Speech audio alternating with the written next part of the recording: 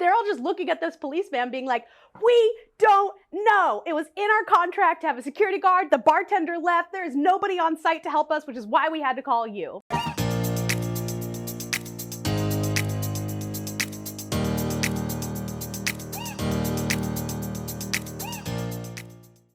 Hi everyone, welcome back to my channel, or welcome to it if this is the first time you're seeing my face. Thank you for clicking on it. My name is Jacy, and I like to do story times on this channel, and I hope you guys are ready for a lot more stories because my next 15 videos are all gonna be story times. I have been doing a ton of traveling recently, so not only garnering new story times to tell you guys, but also meeting so many new, cool, and interesting people who have some incredible stories that I want to bring to you guys as well. So today's video is going to be one of my secondhand story times. So that is a story time that I've organically heard from somebody else that is so insane and wild that I've asked for permission to now retell it to you guys. So I wasn't directly involved, but it's spicy enough to tell you guys on my own channel. So in today's video, I will be talking about two of the most wild weddings I've heard about. Recently, during some of my travels, during some downtime on a set, I was chit-chatting with a group of friends, and the topic of weddings came up, and two people shared these stories, and I was like, are you guys being serious? That is absolutely insane, and I definitely wanted to share with you guys. So if you like videos like this, of hanging out with me, chit-chatting some story times, or just hanging out in the comments and you guys sharing your own experiences on this topic, then make sure to like this video. It really helps me out. And if you aren't already subscribed, subscribe to this channel so you can follow along for all these upcoming story times, because they should be pretty fun. But without any further ado, let's hop into some of these wild wedding stories. So as I mentioned, I was sitting there chit-chatting with some friends and we started talking about weddings. And this friend told this story of this wedding that I'm about to tell. And I have to preface it by saying, I found it so unbelievably and eerily similar to another experience of these friends that I have. So I have these two friends who they recently got married, and I was like, oh my gosh, how was your wedding? And they both gave me this glum look and looked at each other and they were like, it was not good. And I was like, what? Tell me about it. Tell me what happened. They proceeded to tell me a super crazy story time, and I asked if I could tell it on my channel, and they said, no, we're not comfortable sharing how bad of a wedding experience we had. And I said, no problem, I won't share it as well. So when I heard about this other wedding, it had a lot of similar themes that I'm like, is this just common in America right now?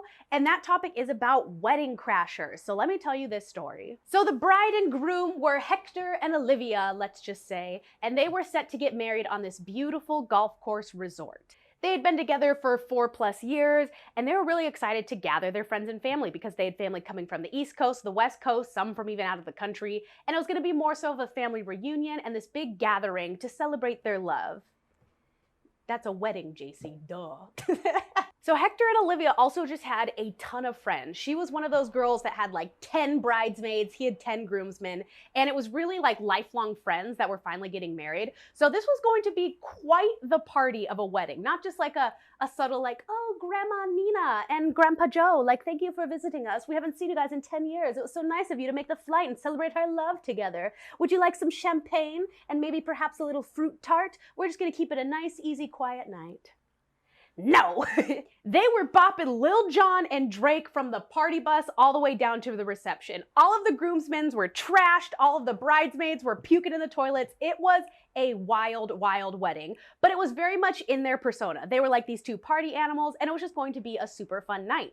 So because they're sitting there partying it up, taking shots of Patron, passing around bottles of wine and slapping the bag, they noticed two unfamiliar faces on the dance floor.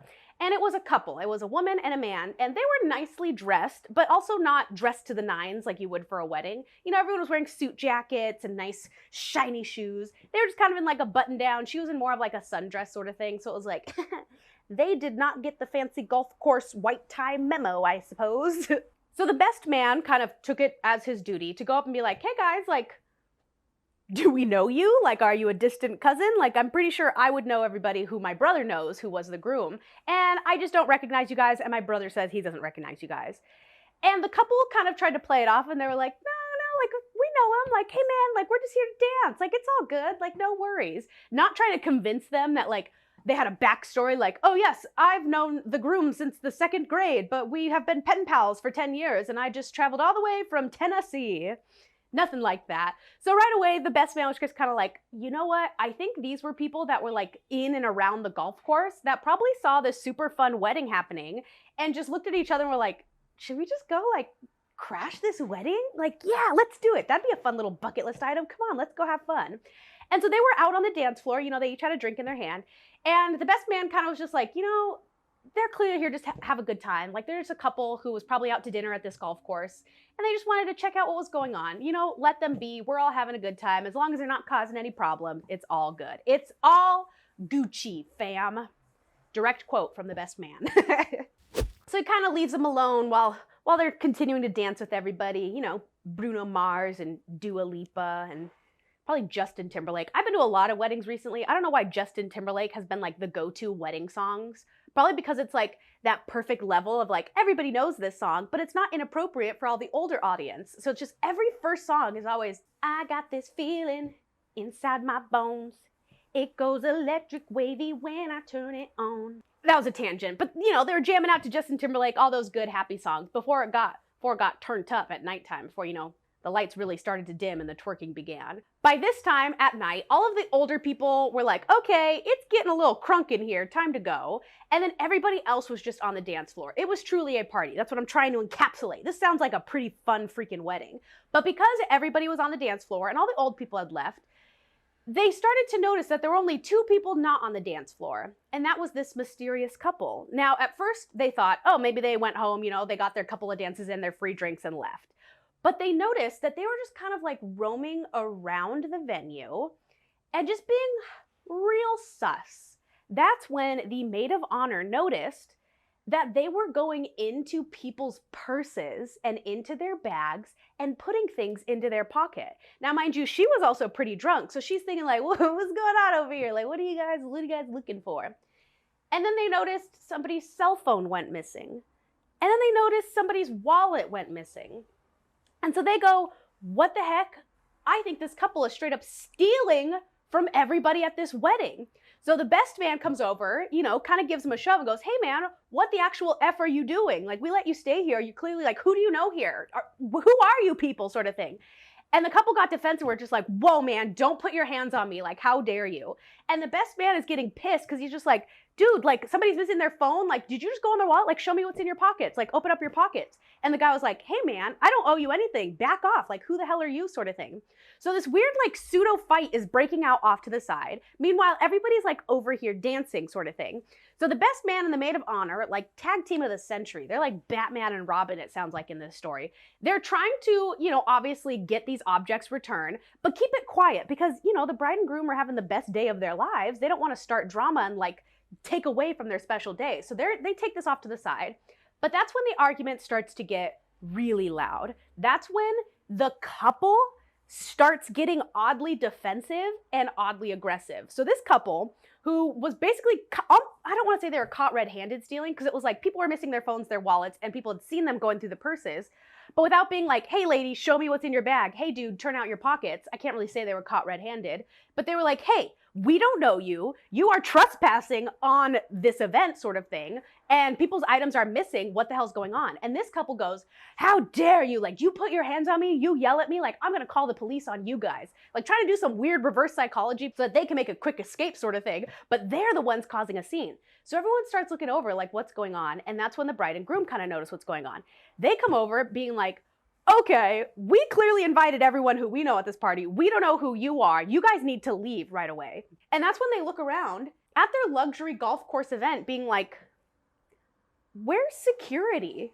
Like, where is a person who works here? Where is the wedding planner? Where is anybody of authority for this golf course? Are we just alone on our own devices here at our wedding? Because they went off to go get help, to get security, to get like the manager of this golf course. Nobody. They couldn't find anybody to be like, hey, like, we have 2 wedding crashers. Can you get rid of them? So the maid of honor goes to like the restaurant that was on the golf course and like flags down a waitress being like, hey, so we're like at that wedding, you know, down at hole number 9 and we're having a bit of an issue. Do you have anybody I can talk to? And the waitress was like, yeah, like, let me go grab my manager, I guess.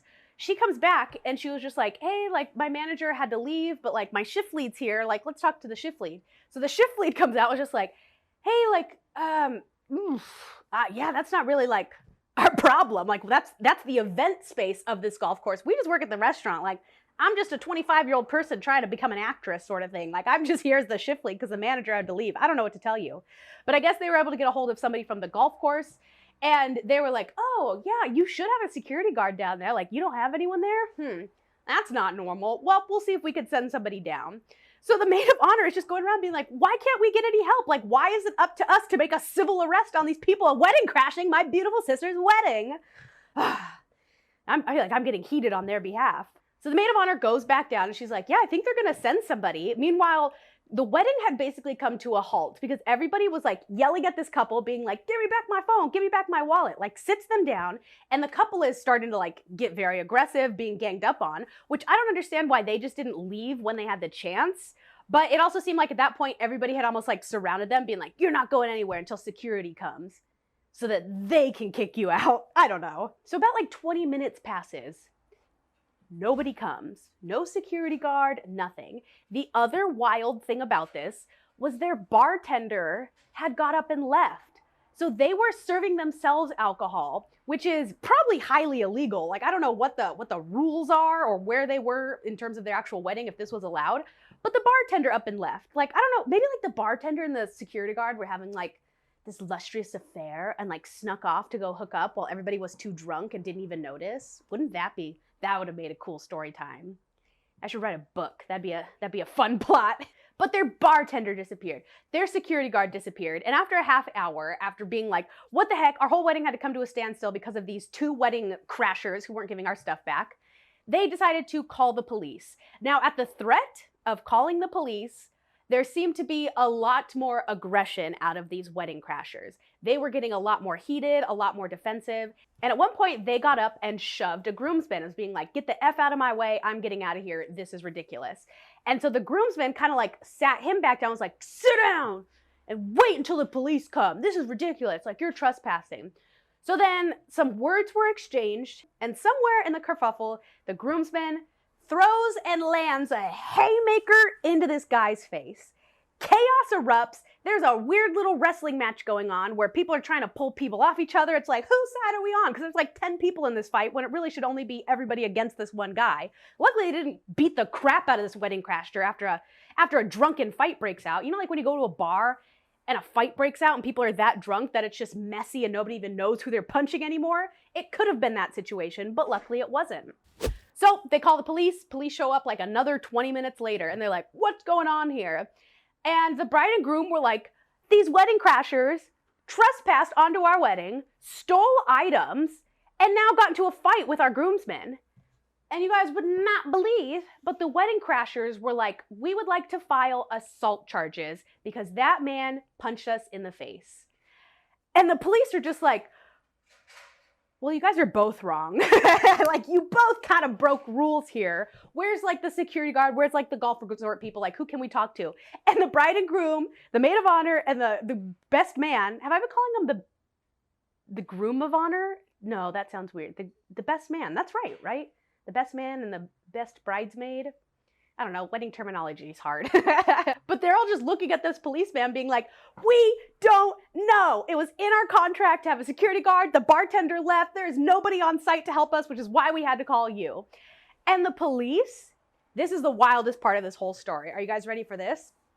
So the police were like, well, you guys for sure assaulted this man, so we could take you in because you kind of did the bigger crime because we have no reason to arrest them when they really didn't do anything wrong. They wedding crashed, but it's kind of like more frowned upon than actually illegal. And they did kind of search them and they didn't find anything in their pockets or in their bag.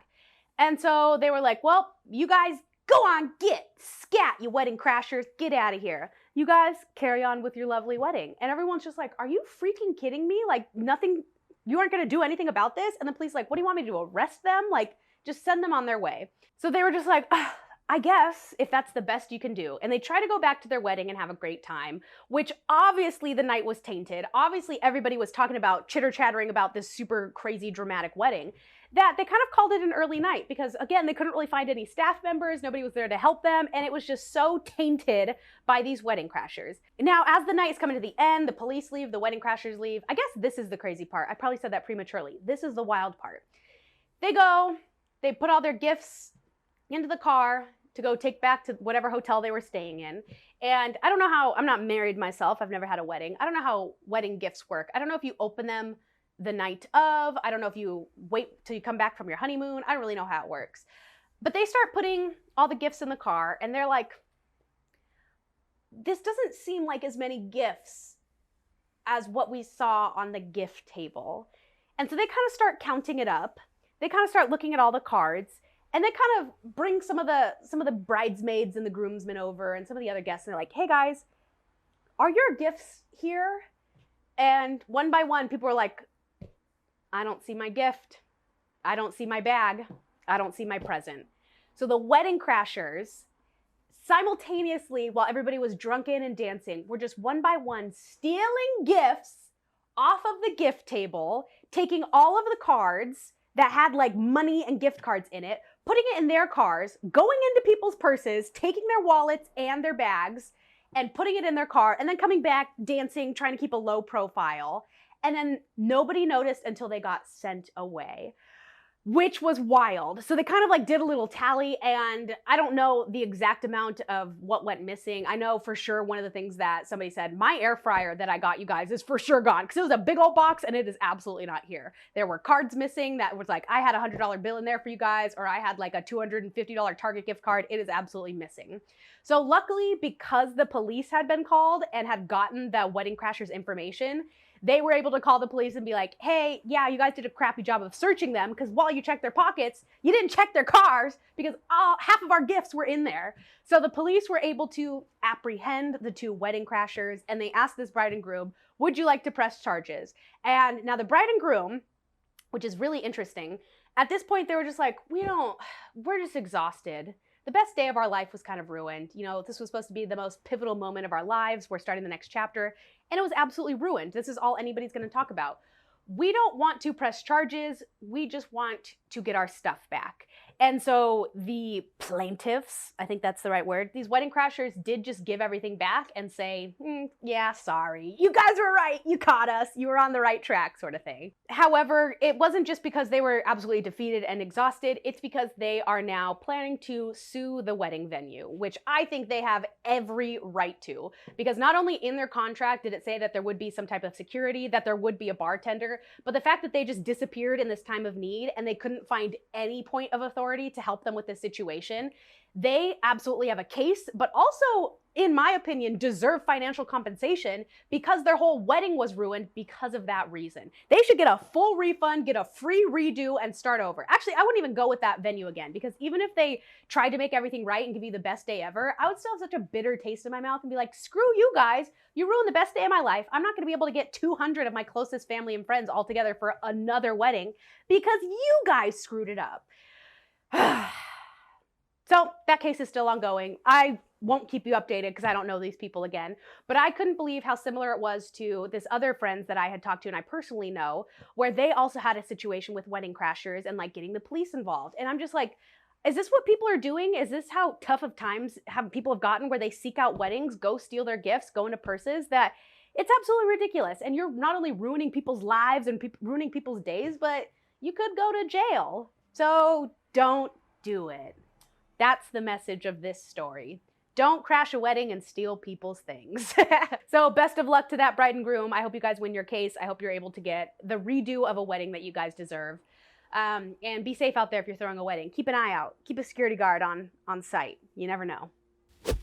So the next crazy wedding is also a secondhand story time, but it's definitely more funny and insane rather than like super dramatic like the last one, but I definitely still wanted to tell it. So I was talking with this friend and they said, so my brother is a minister, pastor, priest.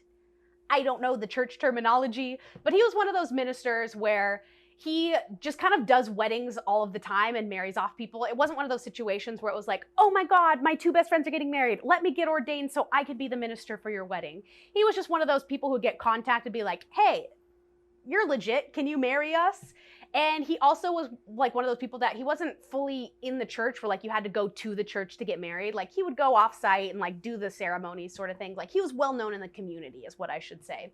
So he got contacted by this couple who was getting married, and they were on the young side. They were both about 18 years old, and it was going to be a shotgun wedding. I don't know why I'm whispering that, but it was going to be a shotgun wedding, meaning that they had gotten pregnant and they were like, oh shoot, well, we should probably get married to make this right in the eyes of God and do our due diligence being responsible parents and getting married.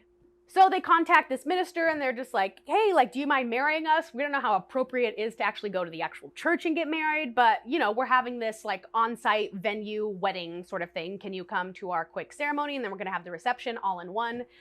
Can we hire you for that? And so this minister was like, absolutely, that's what I'm here to do, sort of thing. Now I should note that this minister, again, because he's more of like a community minister and he kind of just gets like word of mouth passed around, he's on the cheaper side. Which is weird, because I don't know how much you get paid to do these type of weddings. I actually thought people do it for free, like it's their kind of responsibility, but that's more of like if you know them or if it's through the actual church. I don't know, but this guy was paid and he just kind of does it like on the side for funsies. So he shows up to the venue, and right away it was just kind of odd because he was like, hey, doesn't the wedding start like in a half hour, like at, you know, 5 p.m. sort of thing? It's 4:30 and there was nothing set up. Like there was no altar. There were no chairs. There was no aisle runner, no flowers, not a table in sight. Like, and he was just like, did I show up to the right place? Like, are we gonna have to start late? Like, what's going on here? He looks at the bride, and the bride looks at him and goes, no, like, no, we're good. And he was like, well, where's this happening sort of thing? Like, and again, they didn't really do a rehearsal sort of thing. He was just kind of showing up and doing this quick super wedding. And she was just like, oh, like right over there against the wall. And he was like, oh, you guys don't really have like an altar or anything like that? She was just like, no, like we're just gonna quickly just get married sort of thing. And so he looks at her and he says, do you have chairs like for your guests? And she says, no, those would have cost us extra. And he's like, so is everyone just gonna stand around us while you get married? And she was like, yep, that's the plan. And he was flabbergasted. This minister was absolutely gobsmacked, looking at this bride going, bitch, are you serious? So half hour passes and they're about to start the wedding. And I guess the groomsmen had kind of organized the crowd to create the shapes that would emulate like a church. So it was just like, oh, if you're on team bride, go over here, but leave this much space for an aisle. Team groom, come over here, and everybody like gather around sort of thing. So the wedding starts. And it's just some guy with like a phone playing Here Comes the Bride on like a Bose speaker. Like there was no in-house speaker system. And he just starts playing Here Comes the Bride. So they do the full reception. Like they just walk up to a plain white wall and, you know, the bride comes down and the minister carries on the ceremony as if he would. He does a beautiful eulogy. Eulogy? That's for funerals, right? What does a minister do? The vows? I don't know. He does a ceremony. He marries them. You may now kiss the bride. They kiss and they walk back down this makeshift aisle as a married couple. And so he was just kind of like, oh yeah, like that makes sense, you know, like save a buck here or two. Like that makes sense why they hired me. Kind of odd that nobody sat, but it was a super quick ceremony, you know, so it made sense. So again, it was going to be an all-inclusive, all-in-one type of venue. And so he was still kind of hanging around, you know, shaking people's hands, like being like, hey man, good job. That was lovely. And so the minister's looking around being like, hey, if there's no like table or chairs, is there gonna be food? And the groomsman was like, oh yeah, like the food is arriving soon. Like here it comes sort of thing.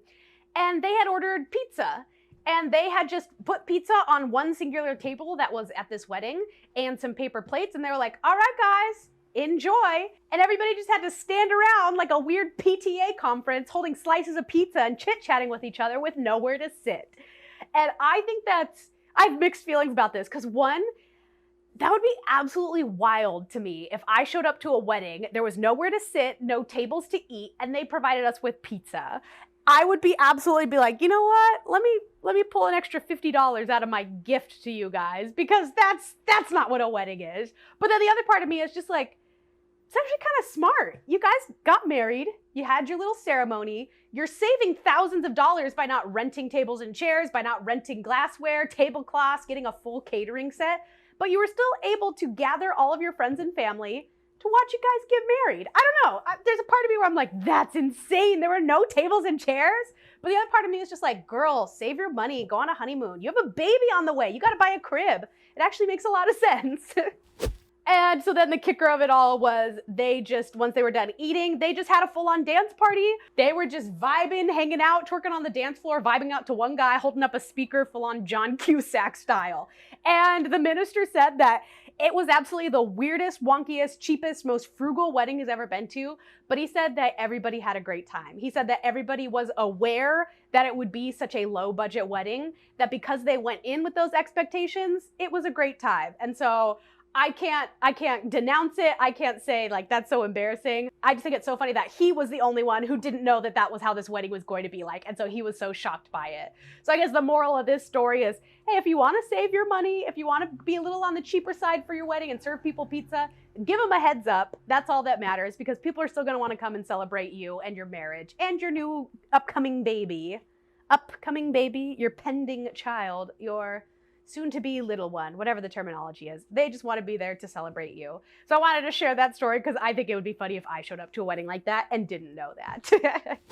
But that's going to be it for this video. Let me know down in the comments any kooky or crazy wedding stories that you guys have. I want to hear if somebody wore white to your wedding. I want to hear if somebody objected during the vows. I want to hear if the mother-in-law tried to break up the marriage and ruin everything. Let me know your crazy wedding stories down below. But thank you guys so much for watching this video. If you like hanging out with me and want to know more about my personal life, I do have a vlog channel where I just take you on to my day-to-day activities. But you can also go catch up on all of the traveling that I've been doing, all the new friends that I've been making, and perhaps some of these weddings that I will be going to coming up, because I have a lot of weddings coming up. It is pricey. But I thank you guys so much for watching this video, and I'll catch you in the next story time. Toodles! I got this feeling inside my bones.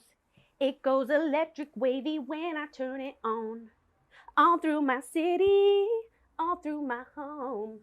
We're flying up no ceiling 'cause I'm in my bones. What the heck are the words to that song?